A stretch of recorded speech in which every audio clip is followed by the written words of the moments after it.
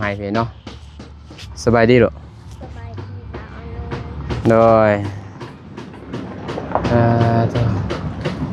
เป็นยังไงเนาะบ่ทันไปบ่ทันมีไฟได้เนี่ยเจ้าก่อนน่ะเปิดชิงในเรื่องของน้ำจันดูโดยใส่เรียบร้อยว่ากันบ่สบายดีเด้โดยสบายดีน็อต18โตแม่นบ่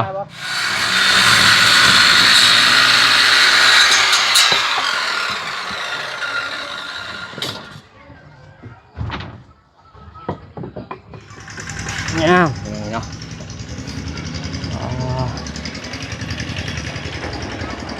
ยำลายเต๋อคุณขอพระคุณทางพระอาจารย์ไพฑูรย์ที่เสือเรือลานของทางพ่อบุญทงแม่อยู่ต่างประเทศทางประเทศขอให้สุขภาพแข็งแรงความเจ็บอย่าสู้ได้ความไข้อย่าสู้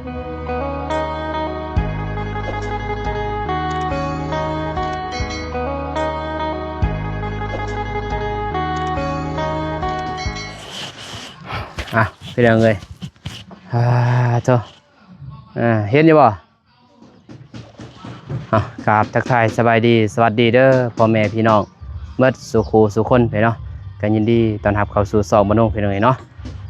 ตอนนี้ก็มาพี่เนาะกับเบาเตียงบ้านน้องจันทนาป้าโธ่ไหวอยู่ดีพี่น้องเนาะไอแดงเห็ดพวกสายจวดลวนลาดพี่น้องเนาะสุดยอดพี่น้องเนาะมีมื้อนี้ก็พิเศษแน่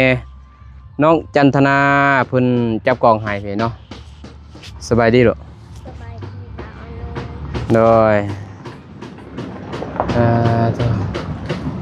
เป็นยังไงเนาะยังเว้ยคือยิ้มเลยดีใจบ่จะได้เพื่อนได้งามเลยเนาะไหวแท้ไอแดงเห็ดเบิ่งเต้บ่โธ่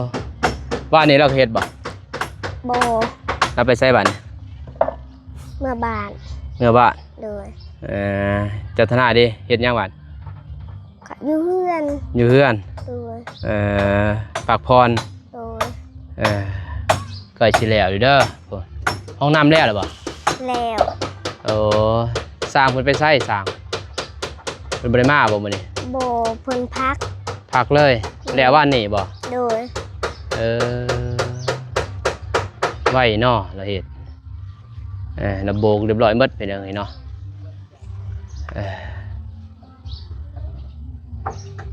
กินแล้วข้าวเว้นยังเพิ่นกินบ่นี่จักโมงแล้วเว้ยบ่ฮู้โมงเลยไปไสมื้อนึงไปคุยไปเรียนเพิ่นกินข้าวบ่เตียงเอามาให้บักหลายเอามาลูกมีกินนินบ่มีกระป๋องก็มีเคยกินบ่ตาบ่มีกระป๋องอะไรต้มน้ำแล้วก็เอาน้ำถอกใส่ยินบ่อย่าใส่เต็มนี่เด้อใส่มันขึ้นซ้ำบดซ้ำนี้ใช่บ่ให้มันท่วมมีนั่นแหละท่วมแล้วก็ป้าไว้ยินบ่ป้าไว้มันยืนก่อนจังกินยินบ่อย่าลวกอะไรก็กินเลยบ่ได้เว้ยพี่น้องเนาะเอาอันนี้ก่อนไปเอาให้ไอแดงเอาน็อตพี่น้องซื้อน็อตโอ้ยบ่ได้คืนมั้งจัดหน้าเดี๋ยวบอกเจ็บโอเคลงไปเห็นดีไอแดงแลดลงหันไปได้เนี่ยโดดดองแดงๆเนาะไปโอ้สบายดีเด้อบ่เจ็บ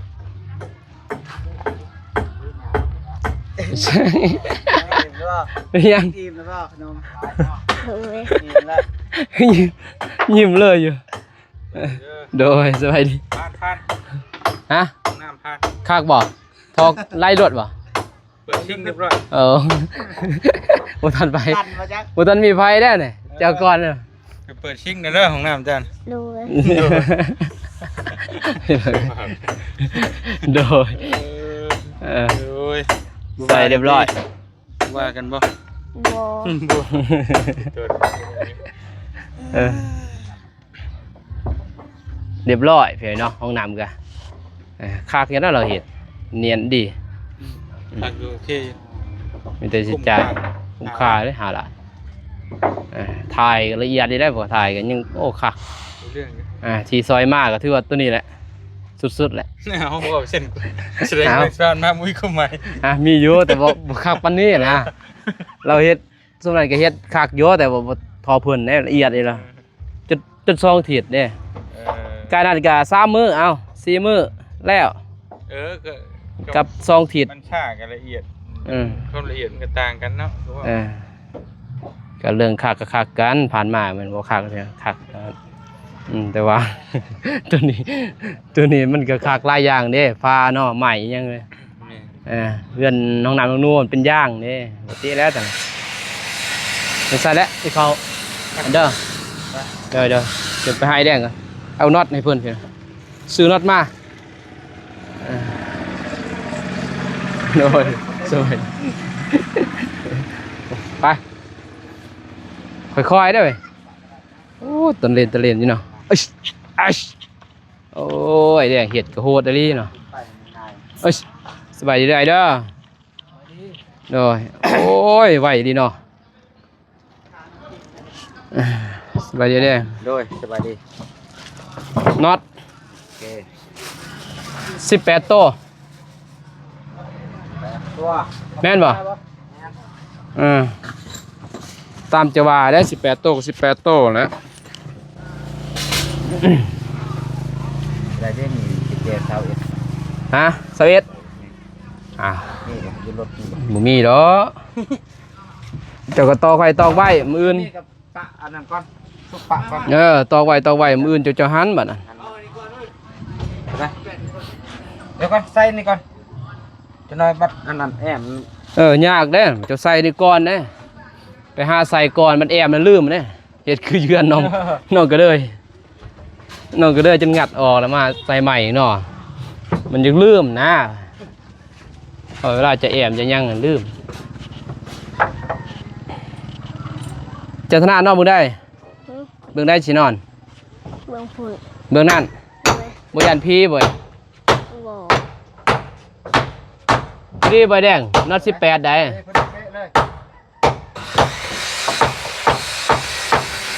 ตามเคยนะฮู้หมดเลยเนี่ยบ่ต้องบอกหยังหลายเขาฮู้ว่าซื้อน็อตมาก็ฮู้แหละ18แล้วเส้นนึงแล้วเนาะ ด้วย โอ้คักเลยจันทนาไปคักได้เรื่องผู้เปิดเพลงก็เปิดเลยพี่น้องเอ้ยเนาะบ้านน้องก็ย่านสิว่าเด้อเพิ่นกินแต่ว่านนี่มื้อนี้ยังกินอยู่นี่บ่เบิ่งนี่บ่จะสินอน ด้วย เนาะ18ยังยาวเนาะ นี่แหละยาวคน ผู้ดีบ่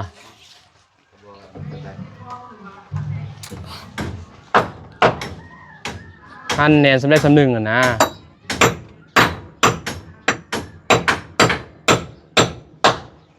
ก็มันยาวโพดก็เอาน็อตเอาไม้ห้องใส่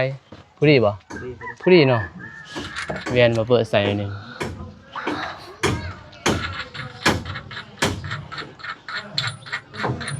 สองเมตรเลยคือพี่แล้วเตียงเนาะ2 เมตรหาเตียงกับ2 เมตรพี่นอนแน่เนาะ แม่ มีเตียงอีกใส่เตียงใส่ยังอีกพอดีงาม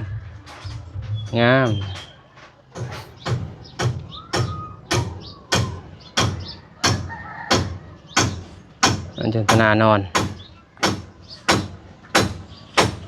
งามเลย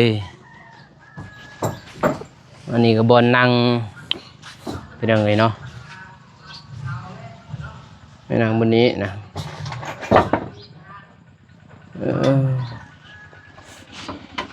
ไหมซีนี่งามเนาะไหมซีไม่ซักงามบ่ลูกติ่งเลือกได้นี่อยู่ไว้นอกตัวที่เกิดก่อน บัดมันอยู่ในตัวนี้ มากินเขาได้เขาแดกเข้ามาครับ แห้งโตซื้อให้น้องหวานใจเฮ้คักมันขี้ลายแบบโตขี้ลายเขาปีนเขาในเด้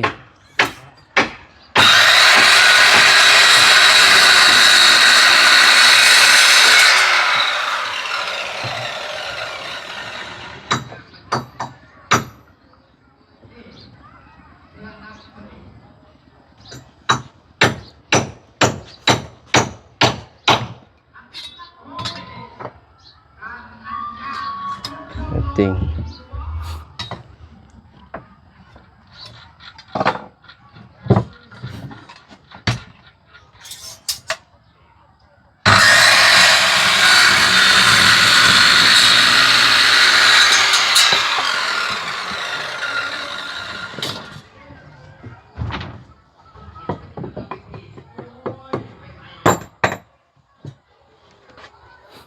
มื่นมาคือสื่อซีมาท่าแล้วมืดแล้วเนาะสื่อซีมาท่าบัดซียังหมัก เอาสีอย่างก็ได้ ซียังจะหมักฮะซียังก็ได้ โดย เอาบ่ซีฝา เอา ซีฝานี่งามบ่ใส่ลูกติ่งฮะบัตรตัวนี้เนี่ยเอาใส่ซียังคือซีฟ้าเนาะ น้าที่ต้องอ่อน สีเขียวบ่ ที่จัด งามบ่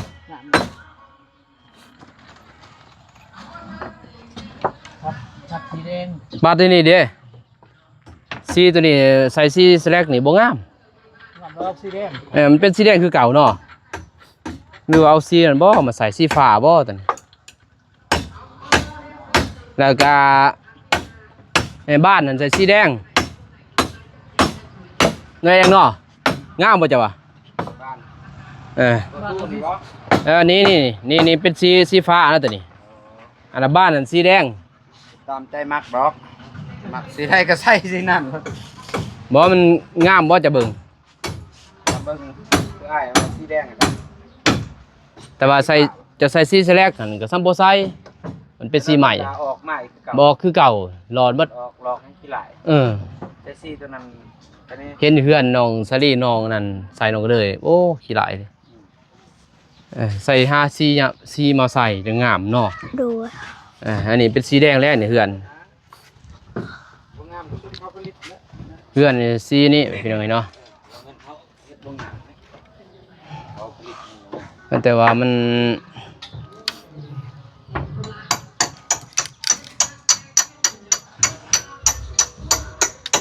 ก็เบิ่งก่อน FC เนาะให้ FC คอมเมนต์มากเลยเนาะอันนี้นี่สิใช้สีหยังเห็นเนาะ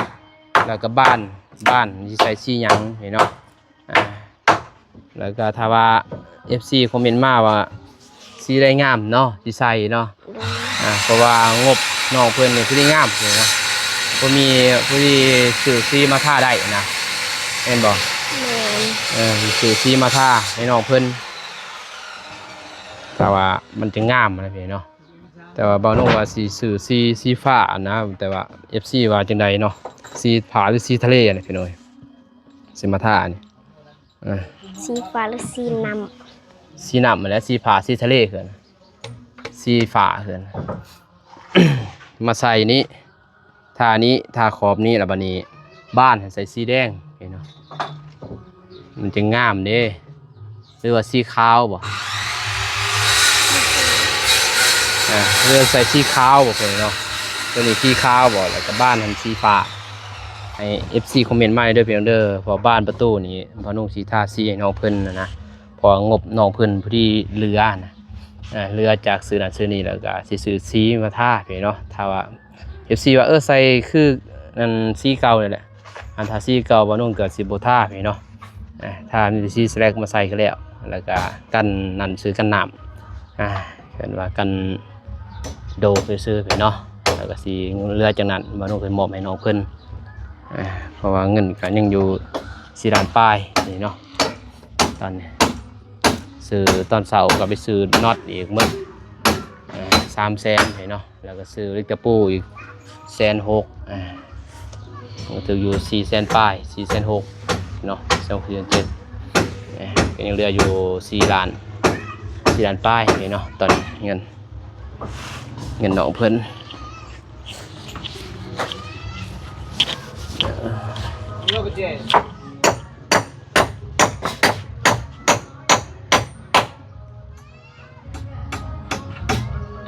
สบายดีเด้อ โดยสบายดีสาวทองมีจะได้สาวบุญมีอีกสาวทองมีเพิ่นมักสีหยัง บ่ฮู้สิได้ก็ได้ นี่ได้สิท่าลูกติ่งนี่สีหยังจะมัก น้องบูนะสิได้ ฟ้าแดงขาว ว่าแต่ว่าบอกอายว่าสิได้งามก็เอาสินั่น จักแล้วเว้ย น้องบู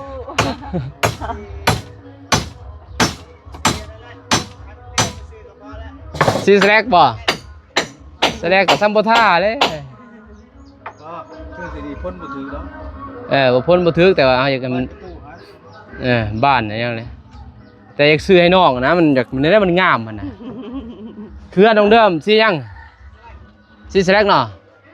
อันแนมเห็นลิบเลยมันเป็นคือใหม่เลยสีตัวถ้าว่าเอาอยากแต่งอยากให้มันงามเด้เดี๋ยวจะแนมเบิ่งมันงามโอ้ปีนี้สีนี้หาเงินปีหน้าไปฮื้อได้อยากเปลี่ยนสีปองหนึงก็แพงเติบเด้ปอง100,000ปลาย200,000นี่แหละแต่ว่าจะสิซื้อ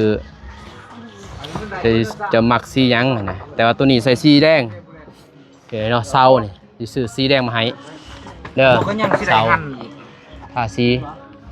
บ่เห็น ทาสีแดงไม่ยังฮะ กระเจรถ กระเจรถ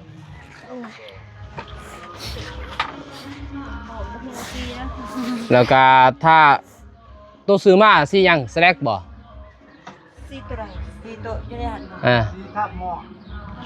กันมอดบ่ กันหมด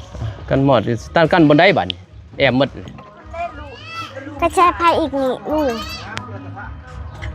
ลูกกระเจพาย มันบ่มีพลอยฮะเดี๋ยวรถคอย ตัวพลอยบ่มี พ่อยบ่ แม่นถ้าพลอย เมฆมันบ่ได้มากันดูคือ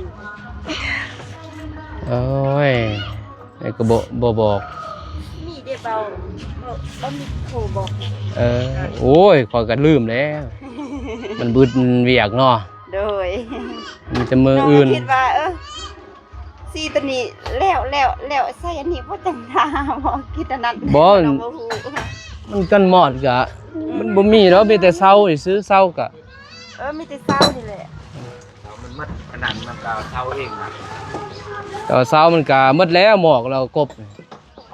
อันตัวนี้ก็บ่กินแล้วอันนี้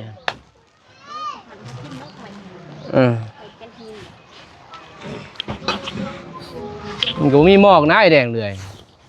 กบเบิดเลย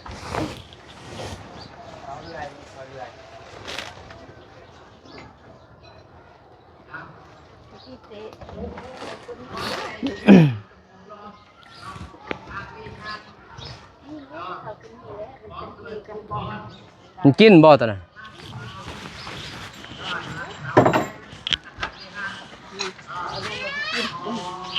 แต่ยังมันกินเพื่อนกิน นี่บ่ เขาจะมีแหละดูท่าเขาบ่ได้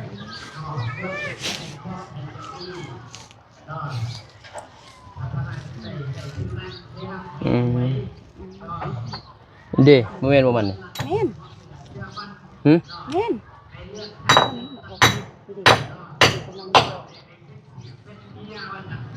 นี่บ่มีอีหลาย มื้ออื่นสิซื้อมา พูดฮอดพูด กินก็ซ้ำกินซื่อๆแหละมันกินบ่หมดดอก มา เนาะไอ้แดงหมดอันนี้กินบ่หมดเอ้ย หมดเม็ดเดียวบ่หมดดอก บ่มันก็กัดเจาะอยู่แต่มันบ่นั่นนะมันบ่กินหมดนอดหน่อยเด้ หมดอันนี้มันบ่แม่นหมดเลย แม่นอีหยังของเจ้า มันกินอยู่เป็นยังไงเนาะ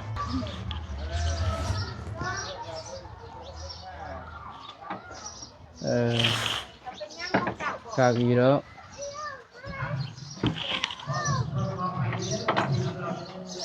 มีแต่เสาเดียวทันทีเป็นยังต้อมเสาเดียวมีแต่สิเอามือมาบ่จุ่มใส่แพร่ก็ได้นะว่าแต่ทาพ่อยแพร่ก็ได้จุ่มแล้วใส่มัดใส่ไหมจุ่มเอาบ่ทันไปเนาะลืมไหมอันเดียวบ่อยเรียกซื้อมาเลยก็บ่ตอนเสาร์อันตัวนี้บ่กินบ่นี่ใหม่นี่เลยขึ้นต้อมเลย อันตัวนั้นมันกินบ่เนาะเสาเดียวน่ะเห็นเสานี้ก็บ่เห็นนี่มันต้อมมันซื้ออันนี้บ่มีนั่นเดี๋ยวตัวน้องอันนั้นได้น้องทั้งน้องชายก็กินบ่หมด เศร้าเอง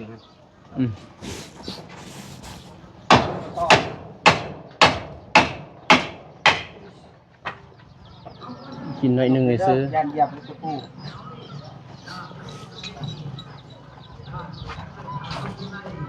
นั่น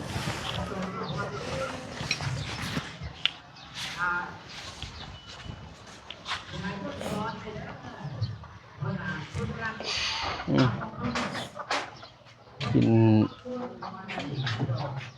กูจะ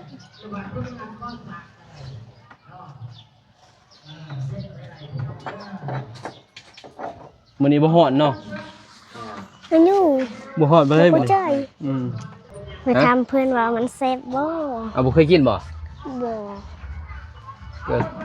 แซ่บบ่แซ่บบ่ได้ดอกมีก็ซ้ำมีทงนั่นแหละคือกันนั่นแหละก็แซ่บก็แบบเดียวมีทงนั่นแหละมีตอนนั้นก็เจ้าบ่ จ้ะ แต่มันสิอิหยังคือมันสิรูในนึงมันอยู่ในกล่องเด้ มากกินหรอเนาะไม่ได้ใส่น้ำป่ะ ใส่แหละลวกคือกันได้เด้กรอกน้ำใส่แล้วก็ใส่หั่นนะ น้ำเย็นก็ได้เนาะ บ่เลยน้ำร้อนคือเก่าอะนะแต่มันอยู่ในกล่องซื่ออันตาว่ามันอยู่ในกล่องนะคือ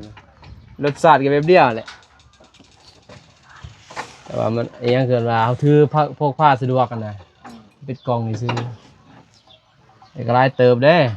ทำสิกินบัดบ่มีเขากินก็มีนั่นแหละก็ไปเก็บผักมาอยู่บ่ โดย ลวกใส่ผักก็แซ่บเลยตะกี้นะใส่น้ำมันก็ลายบ่โน่นใส่ไปใส่น้ำจน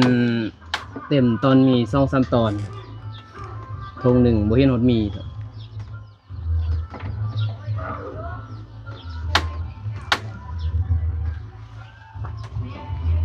เพื่อนน้องน้ำพ่นบ่ได้แอมบ่ได้คันเนาะเพราะว่าแต่ว่าไม้แป้นเรือบ่ เรืออะไรก็ได้ขันต้องหาอะไรขัน กันจะไล่เท่าไหร่27กันรอสะฮก 26ก็เรือเลย ก็มันตั้มได้ตรงนี้ ต่ำบ่ เนี่ย ต่ำกว่านี้บ่ ตั้มคนนี้ซอนาเม็ด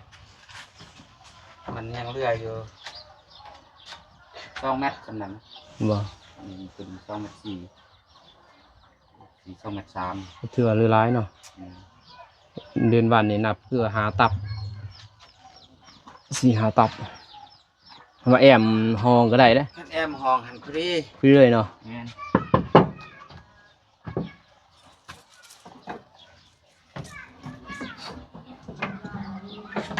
แนนได้เหือนน้องจัตนานี่เบิ่ง ผมมีดิ่งเลย มันได้แบบมัดแบบใหม่ ใหม่มันลายเด้50บ่ เนี่ย เนี่ยคัดแนนดีนะพี่คัดขนาดสูงพอดีเนาะ ก็ได้ ประตูนี่1.8 สั่งเอาตัว2 เมตรก็สูงแต่ราคาก็ซ้ำกันเลยราคาซ้ำกัน1.2 เนี่ยเรื่องอะไรมัน10 ปลายล้านถึงเนาะ โดย ไปลง โอ้ใส่นี่บ่ตัววิทยุอยู่บ่อยู่ไผ เอาไปเท้า เออ เอาไปฟัง ไปลงได้บ่ ได้ ฮะ ได้ คอยด้วยลงขอบใจทางผู้ใหญ่ใจบุญเพิ่นนั่นแหละที่ช่วยเหลือเป็นยังไงเนาะโอ้บ่ลงก็ยานอยู่นี่โอ้ยเนาะอย่าได้ตกกับบ่วิดดินนะครับแต่ว่าก็เจ็บนั่นแหละแม่นอยู่บ่วิดดินเนาะแต่ว่าตกลงนี่ก็เจ็บนั่นแหละโอ้ขาจะสั่นมันอ่อนเลยขาสั่นเลยเนี่ย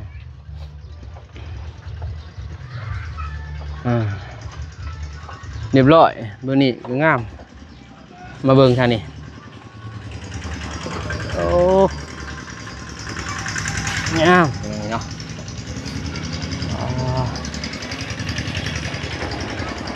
ยำลายเติบ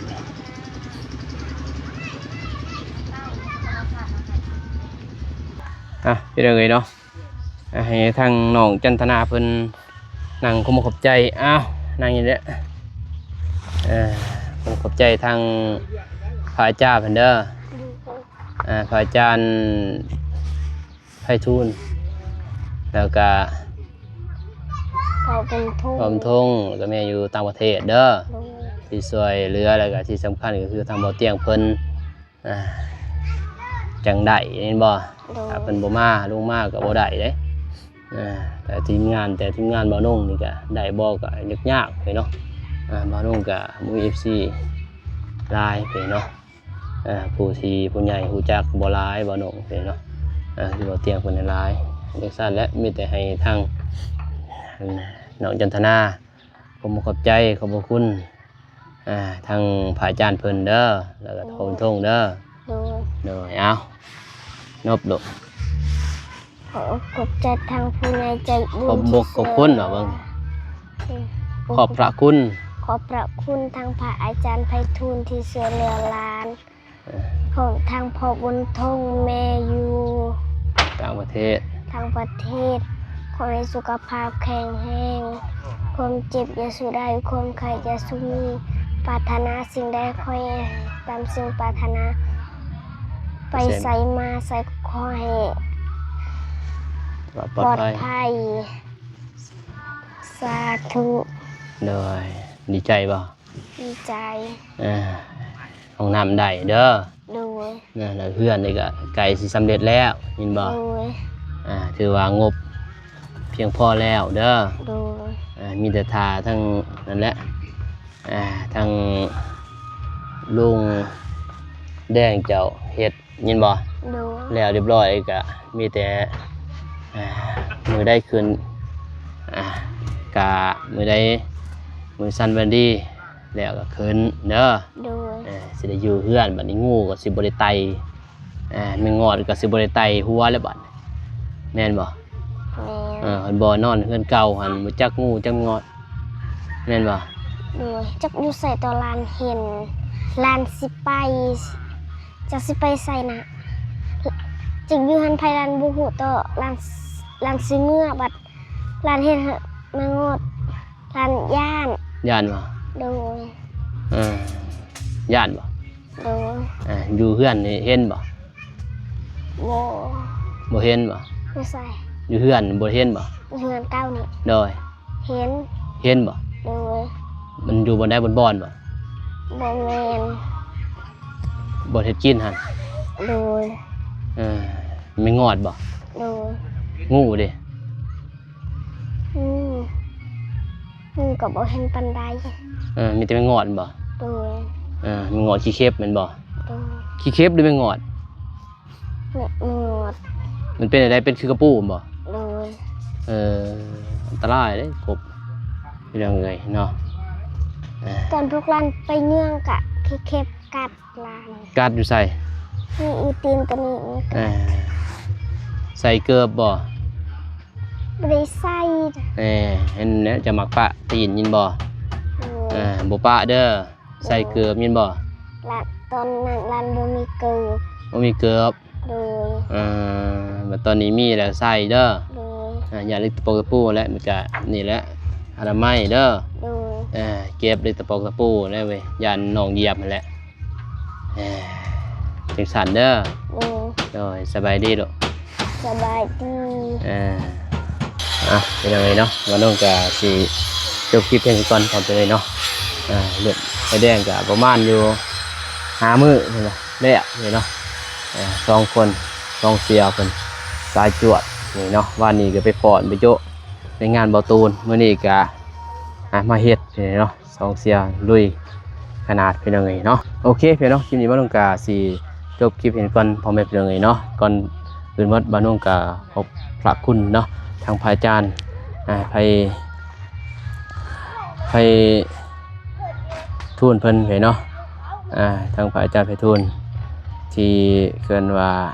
ให้ทางบ้านน้องเป็นสะพานบุญในครั้งนี้เนาะทางพ่อบุญทงทางแม่อยู่ต่างประเทศก็ขอให้ทางพระอาจารย์เนาะจงอยู่ดีมีแห้งความเจ็บอย่าได้ความไข้อย่ามีเดินทางไปไสมาไสก็ขอให้แขวตอดปลอดภัยขอให้เจริญในศีลกินในธรรมขอให้เจริญเรื่องในศีลในธรรมเด้ออาจารย์เด้อสาธุยังไงเนาะก็ผมขอบใจหลายทั้งขอบคุณหลายทั้งพ่อบุญทงทั้งแม่อยู่ต่างประเทศขอให้อยู่ดีมีแห้ง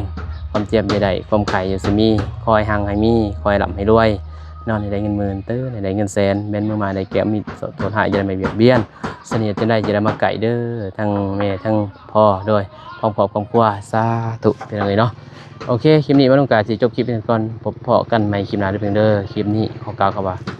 สบายดีไปบ๊ายบาย